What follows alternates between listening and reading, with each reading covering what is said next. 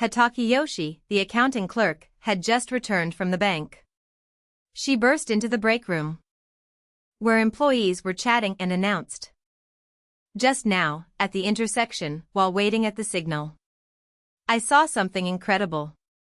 "Incredible? What do you mean?" Sasaki Fumi, an office clerk, clutched her mug of hot cocoa with both hands, leaning away from the wall and turning toward Hataki. Hataki tucked her bank bookcase under her arm, adjusted her uniform scarf slightly, and answered, "Well, it was nothing major. When I looked in my rearview mirror, the car behind me was a couple. In broad daylight, they were kissing so intensely. Just non-stop." She twisted dramatically and covered her face with both hands. Everyone in the room held back the urge to ask why a married woman in her mid-30s was blushing like a schoolgirl over witnessing someone else's kiss. "Hataki-san, please calm down," said Hasegawa Osuk, glancing around nervously. His gaze carried a hint of reproach. Why was she talking about this at work? "But I was so surprised." "Right?" Hataki looked to Sasaki for agreement. A peculiar understanding glance passed between the two women, the kind that only works among female colleagues. "It would make your heart race a little, seeing that." "What about you, Ochan?" Ochan was Hasegawa's nickname. Nearly everyone in the office called him that. He'd initially protested, "What am I, a parrot?" But when the company president instantly adopted it, resistance became futile. Me? Well, I'd probably think, couldn't they at least wait until they got home?" Hasegawa's voice pitched slightly higher as he fumbled for an answer. In front of the younger Sasaki and the romance drama-loving Hataki, he wanted to seem cool, to show some masculine composure. Not that he'd ever experienced anything like it himself. "Wow, Ochan is so level-headed. What about you, Chief Yui?" "Ah, sorry, you probably hate this kind of talk." "Not particularly." The slender man called Chief Yui Toru, answered with a soft sigh, making the surface of his nearly empty coffee ripple. He narrowed his eyes as if remembering something, a fleeting smile crossing his face. Then, straightening his posture, "Well, lunch break is almost over." His expression returned to its usual porcelain stillness. He patted Hasegawa's right shoulder lightly and walked briskly back to the office. "Ah, I feel so much better after talking about it. Here, as thanks." Hataki pulled individually wrapped cookies from her tote bag, one for Sasaki, two for Hasegawa. Hasegawa nodded his thanks, accepting them. One must be for Chief Yui, he thought, and briefly agonized over whether chocolate or cream would suit his tastes better. Chief Yui was a mystery. He was 32, 6 years older than Hasegawa. Slightly short in stature, slender to the point of seeming breakable, yet he carried an elegant, untouchable quality. A sanctuary no one could casually breach. Whenever Hasegawa tried to ask him anything beyond work, Chief Yui would cut the conversation short at just the right moment, always just out of reach. Hasegawa had been assigned as his assistant on projects since this fiscal year, yet he still didn't even know the man's snack preferences.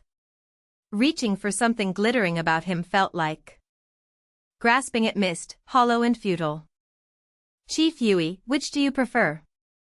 Hasegawa placed both cookies, chocolate and cream, on Chief Yui's desk. Chief Yui glanced away from his computer screen, looked at them briefly, then returned to his work. Take whichever you like, Hasegawa-kun. I'll have the remaining one." "Of course you'd say that," Hasegawa thought, resting his chin on his hand and pretending to deliberate. With a good grief expression, Chief Yui picked up the cream one and casually deposited it in his drawer. "Satisfied?" His upward glance carried a slight edge. In another era, Hasegawa thought, I might have been thrown in prison for disrespect. Minutes later, a call came from a client.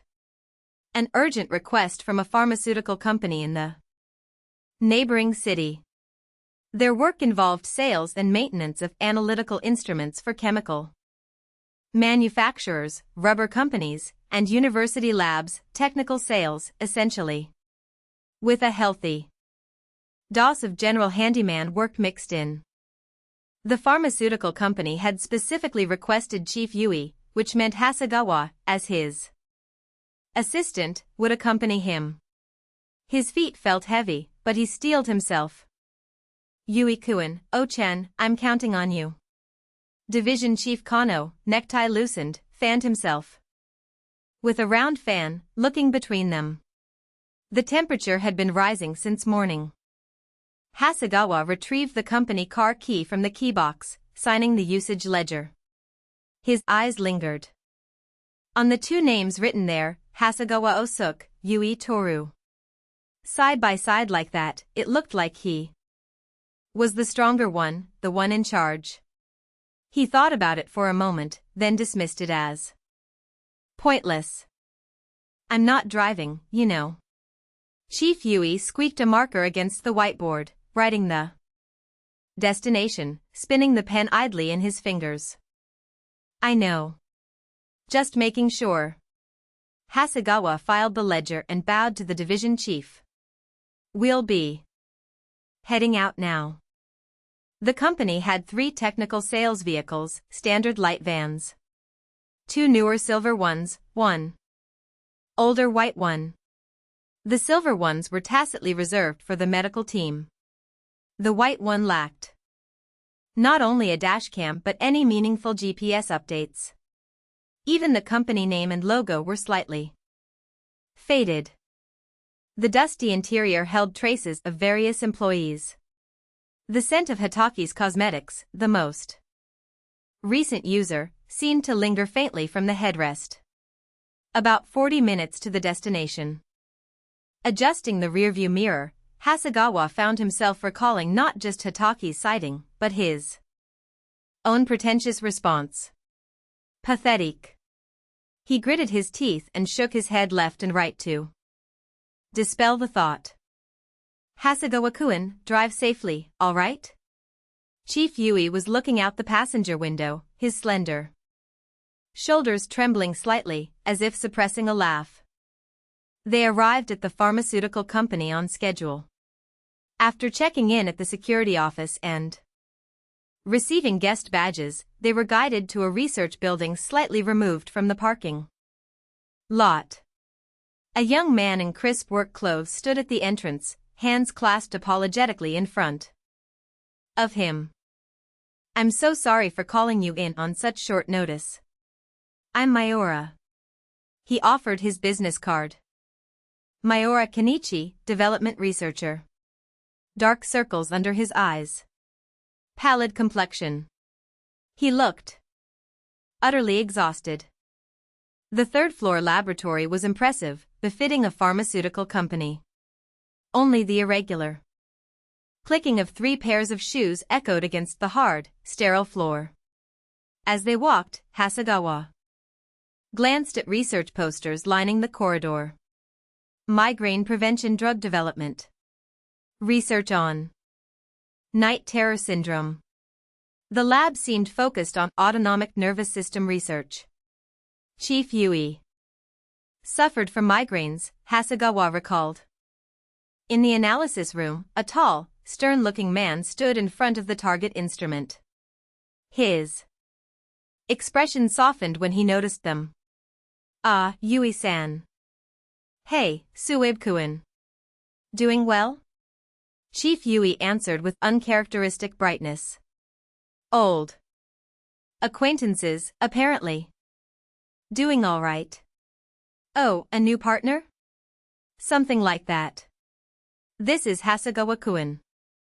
They exchanged business cards. Suebo-samu, Analysis Section Chief Researcher. 2 section chiefs. Hasegawa noted, looking between them. They shared an intellectual, refined quality. Not exactly his territory, his only selling point was tough, sturdy persistence.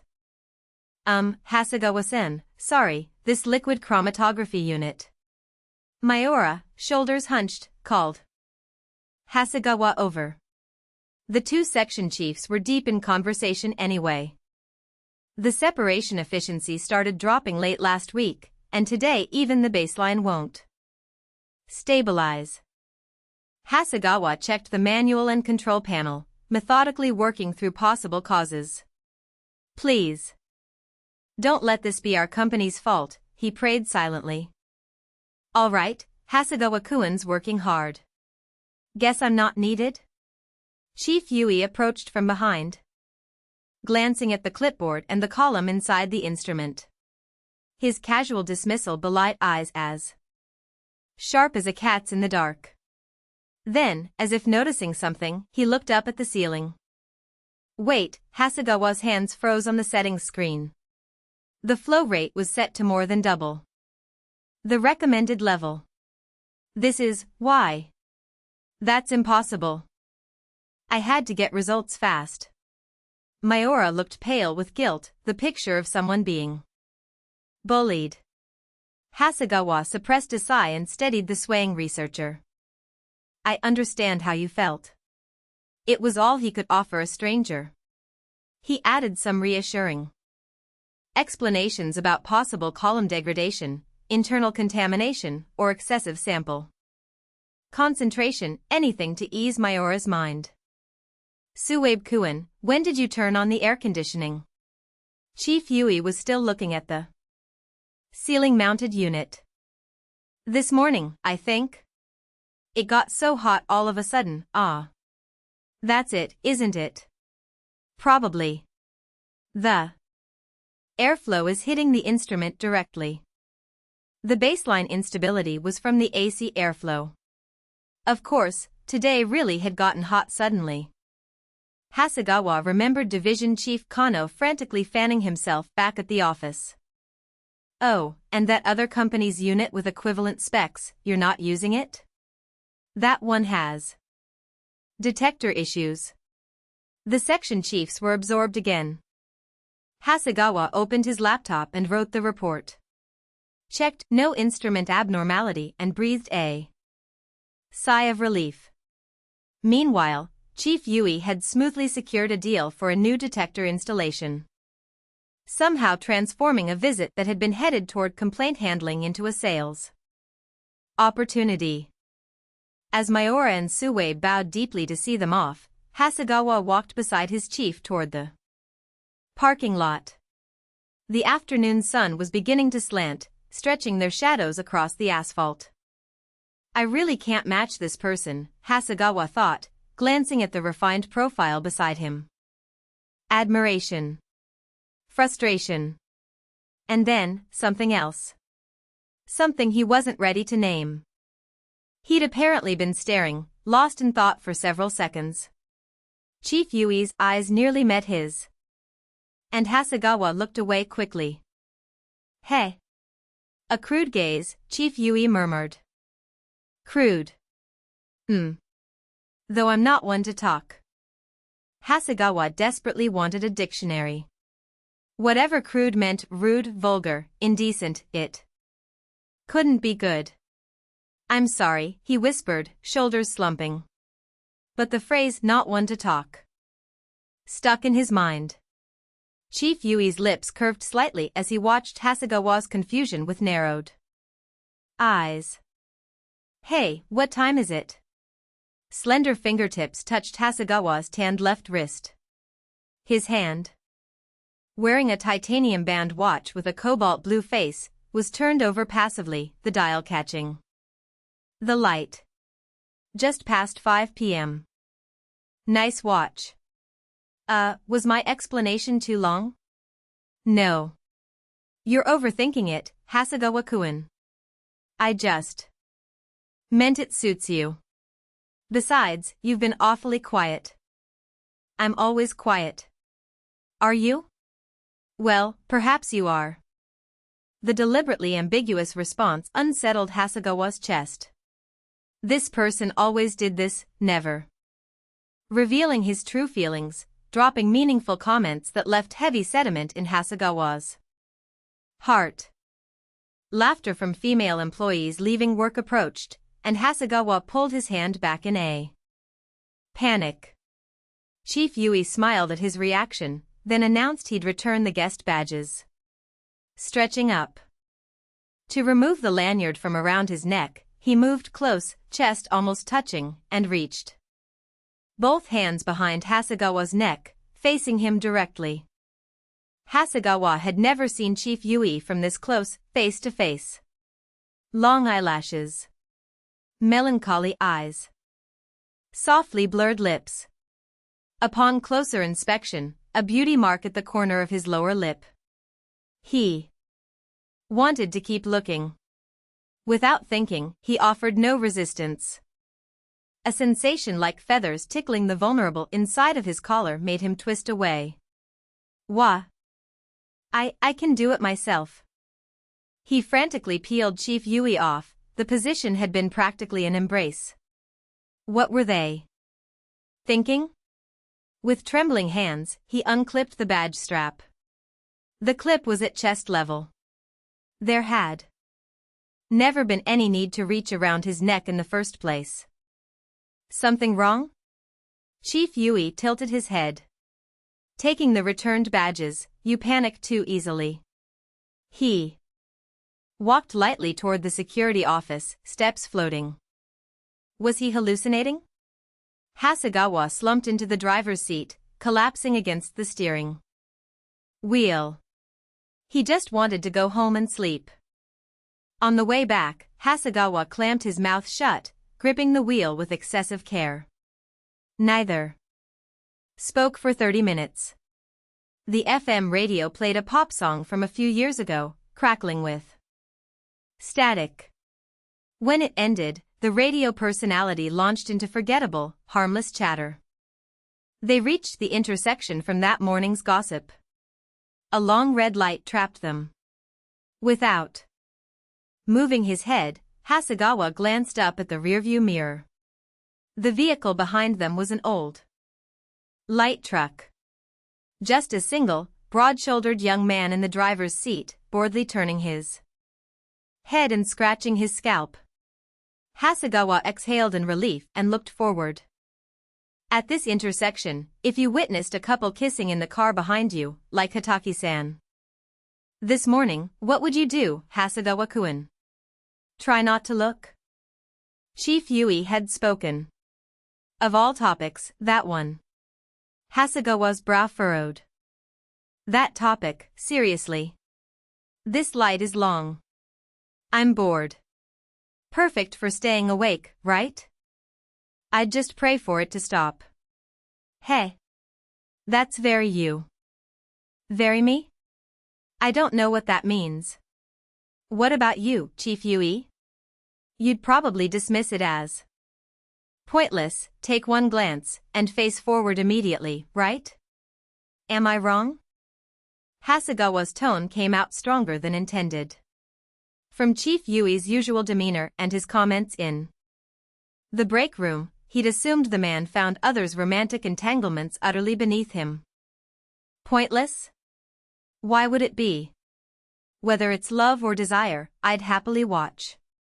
Though I'd rather not get rear-ended by someone lost in the moment. In any case, I'd definitely be watching carefully. I see. The light turned green. Cars began crawling forward. The signal had felt unusually short.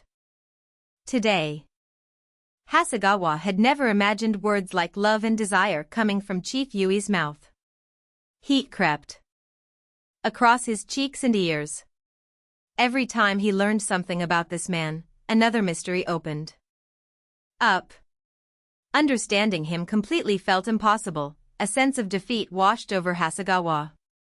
And yet, somehow, he found himself hoping this losing streak would continue, which only deepened the defeat, making him nauseous with frustration. Back at the office, Sasaki was just heading home. The ordinary after 6 scene. Ah, good work. Today. Her routine greeting gave Hasegawa an odd sense of comfort. Chief Yui gave Division Chief Kano a brief report. Nice work. Kano clapped him on the shoulder. Watching them, Hasegawa stamped the gas receipt, tossed it into Hitaki's inbox, and left hastily. He was exhausted. On the train, he couldn't even bring himself to listen to music. He stared blankly at the hanging advertisements. Nothing registered. The shrill laughter of high school girls grated on him, and he finally put in his earbuds. He played the same pop song from the car radio. It should have been the same song, yet it sounded completely different. He closed his eyes, imagined unfamiliar cities, simulated tennis matches, anything to kill time.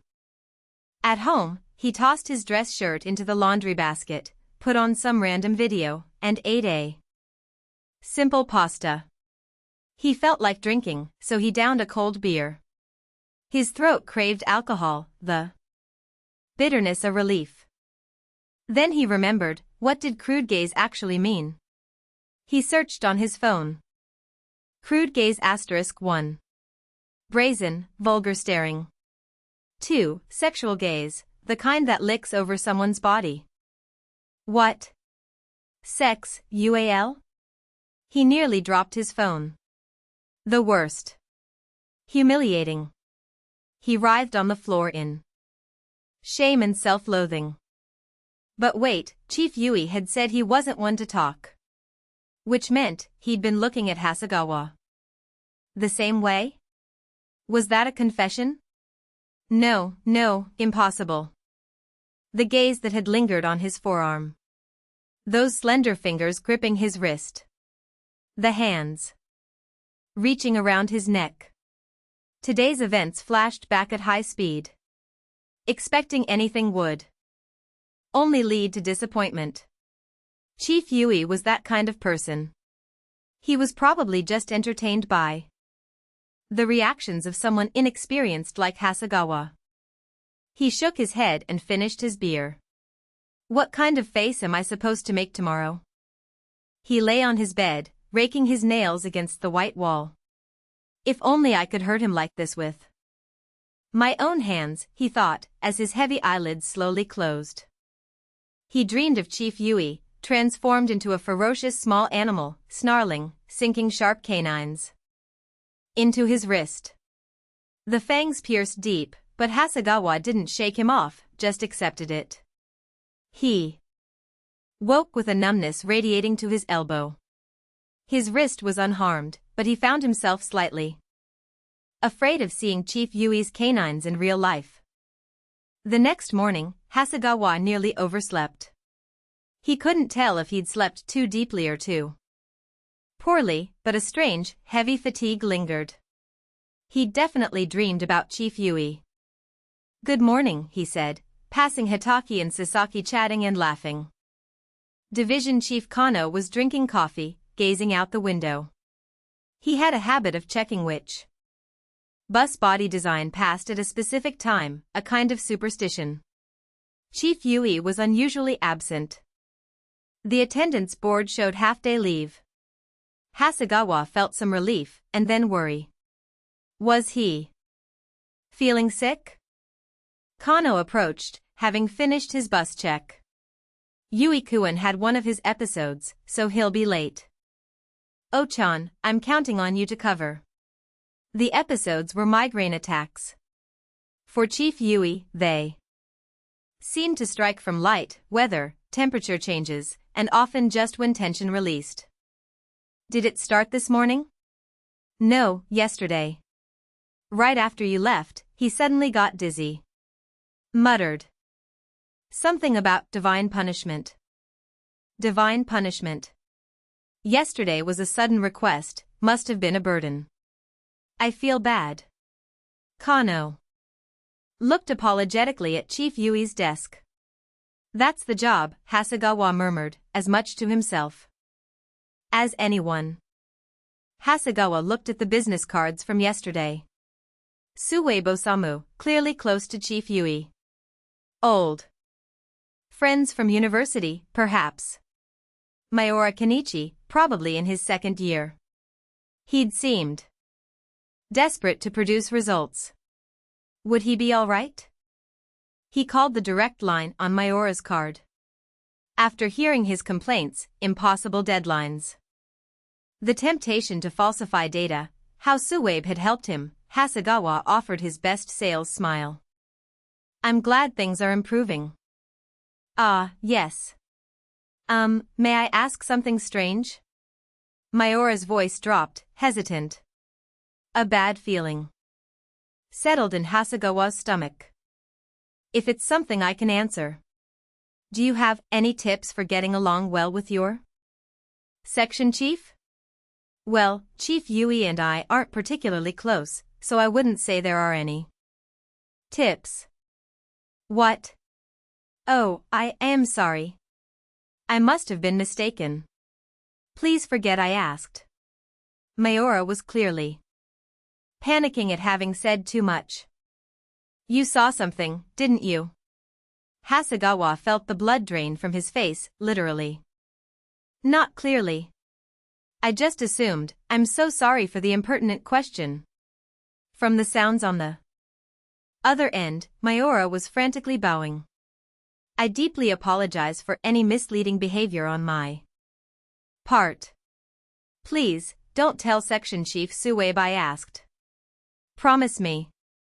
How can this guy express his feelings for Suwabe so directly? Hasegawa felt like he'd met the protagonist of a shoujo manga. He hung up. Mayora must have witnessed them in the parking lot. Hasegawa let out a heavy sigh and stretched, leaning back. Well, a sales call?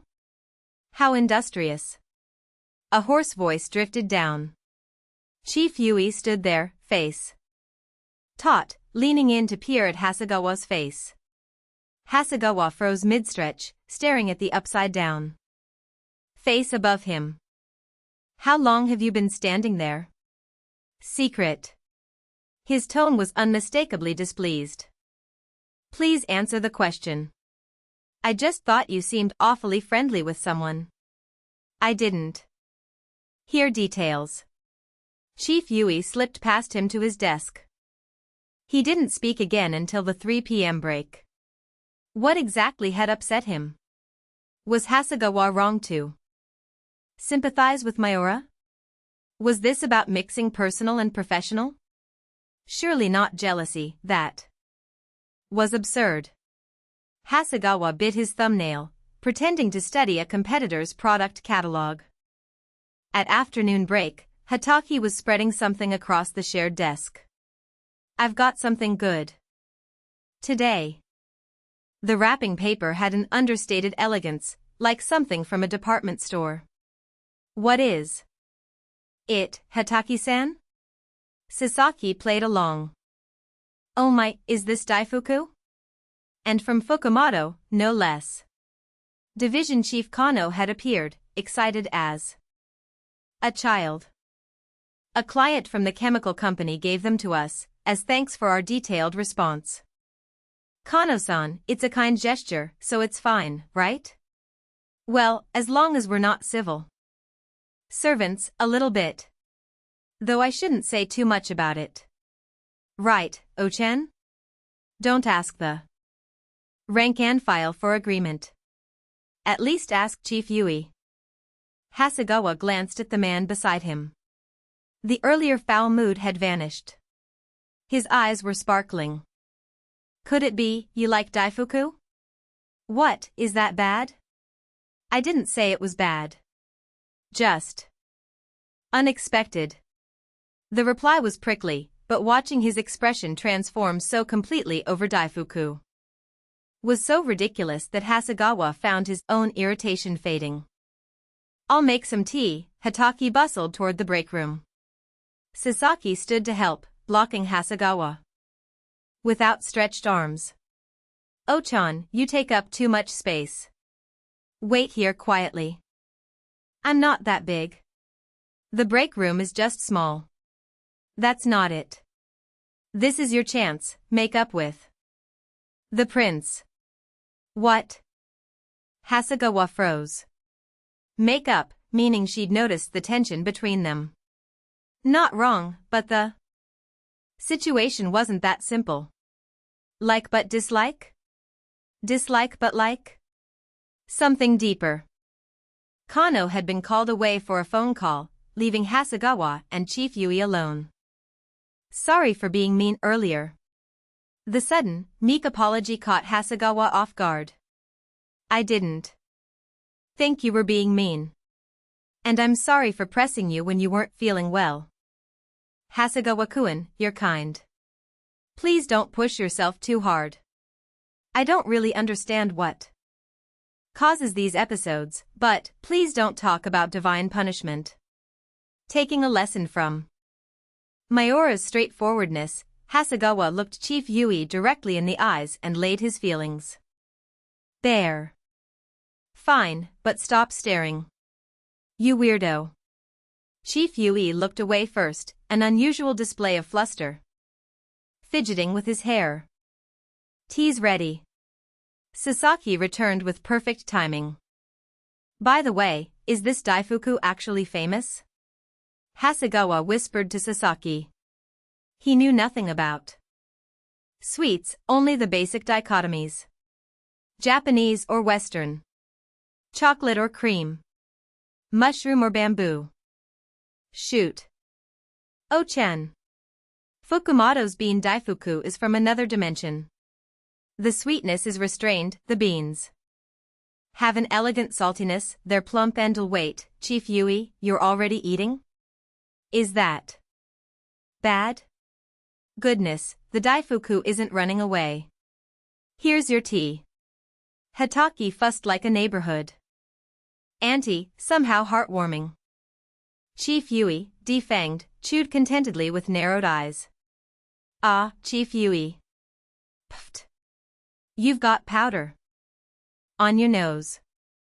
Hold still. Hasegawa pulled a handkerchief from his pocket and carefully wiped the tip of Chief Yui's nose. Come on, even when I'm not feeling well, I can do that much myself. So, did you get the powder? Looks fine at a glance. He leaned in from both sides, carefully checking Chief Yui's face for any remaining powder. Wah, I can't, I'm dying. Across the table, Sasaki had rolled her eyes back in mock death throes. Sasaki-kun. Did daifuku get stuck in your throat? Kano leaped up, banging his knee against the desk leg, sending tea splashing everywhere. Oh dear, someone said, and everyone laughed. Chief Yui's favorite, Fukumoto bean daifuku. Hasegawa wrote it in his notebook so he wouldn't forget. And added, he looked really, really happy. The end?